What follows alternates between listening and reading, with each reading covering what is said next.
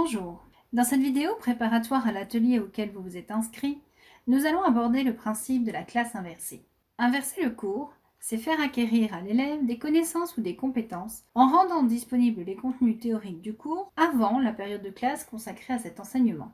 Pour représenter ce process, utilisons la pyramide de Bloom qui référence les grandes compétences en fonction du degré cognitif qu'elles nécessitent pour leur réalisation.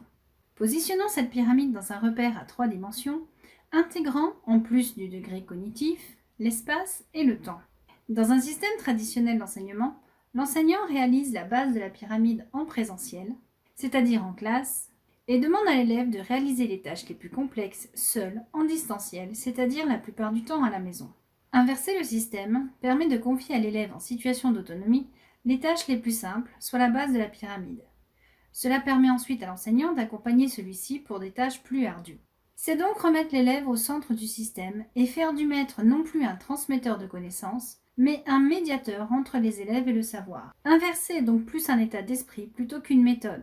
On passe de « qu'est-ce que je vais enseigner dans mon prochain cours » à « qu'est-ce que mes élèves vont faire ». Alors où l'élève va-t-il pouvoir réaliser le travail demandé en dehors de la classe? À distance de la classe, cela veut dire sans l'enseignant concerné par le travail demandé. On pense bien sûr à la maison, mais on oublie que ce travail peut être encadré. L'aide aux devoirs ou un partenariat avec le professeur documentaliste peut aider l'élève à se mettre en activité et à faire face aux problèmes d'organisation et de méthodologie. À quel moment de l'année introduire un travail hors la classe? Il est difficile de mettre en place un tel système sans réellement connaître ses élèves.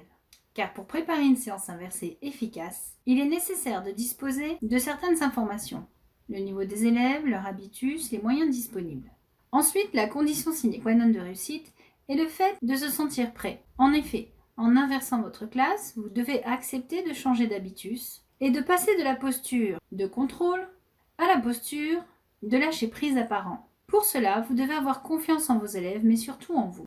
À quel moment de la scolarité introduire un THLC? À tout moment. En effet, il n'y a pas d'âge requis, car il existe en réalité plusieurs types de classes inversées. Le type 1, système transmissif à distance avec application programmée par l'enseignant en classe. Le type 2, qui est constructif à distance avec enseignement par les pairs sous réserve de validation par l'enseignant. Et le type 3, qui est une conjonction des deux autres.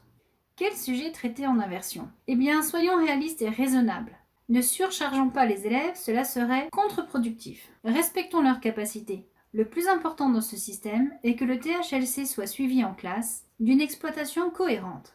Quel support utiliser? Si on reprend la définition de départ, il existe de nombreux supports, mais lesquels seront les plus efficaces? Edgar Dell a défini que si on ne retient que 10% de ce qui est lu, nous allons retenir 50% de ce qui est vu et entendu. Les médias sont donc des ressources très utiles, et particulièrement les vidéos, mais attention à la durée de celles-ci.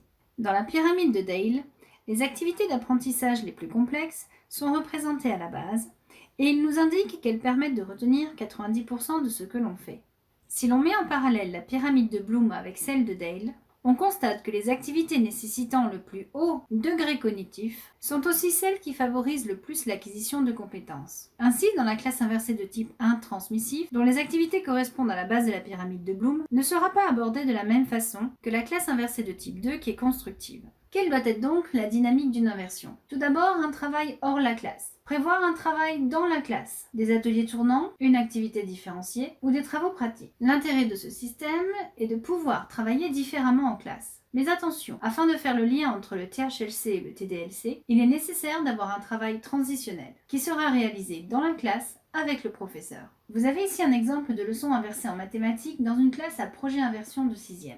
Dans cette classe, les élèves possédaient tous un compte Google et devaient consulter régulièrement des capsules vidéo. Chaque capsule est accompagnée d'une fiche RNQ, regarder, noter, questionner. Une fois la fiche remplie, les élèves sont orientés sur un questionnaire en ligne auquel ils se connectent par leur compte Google. Cela permet à l'enseignant d'avoir les réponses détaillées de chaque élève, de vérifier que chacun a participé et d'avoir les statistiques. Le travail transitionnel va consister pour l'enseignant à récupérer les réponses données sur le questionnaire, à les exploiter en classe grâce à un TBI pour construire ici de manière collective la notion étudiée. En travail dans la classe, l'enseignant a prévu des ateliers de niveaux différenciés et a organisé sa salle en conséquent.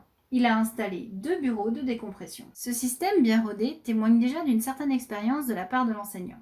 Mais il est possible de faire des inversions beaucoup plus simples. Voici un exemple en SVT. Au niveau du travail en la classe, celui-ci peut être effectué en autonomie ou encadré. Les élèves sont orientés via le cahier de texte numérique sur une application en ligne et après avoir réalisé cette application, remplissent par exemple un texte à trous qui constituera le cours. Le travail transitionnel avec l'enseignant consistera à corriger le texte à trous, à vérifier l'acquisition des notions et le travail dans la classe consistera à une activité de travaux pratiques. Pour notre atelier du 16 octobre, je vous propose de réfléchir autour d'une inversion de type transmissible. Quelles seraient selon vous les étapes à respecter pour inverser une séance? Les conditions de réussite d'une inversion, les avantages et les inconvénients pour l'enseignant, pour l'élève. Je vous remercie pour votre écoute et je vous dis donc à mercredi.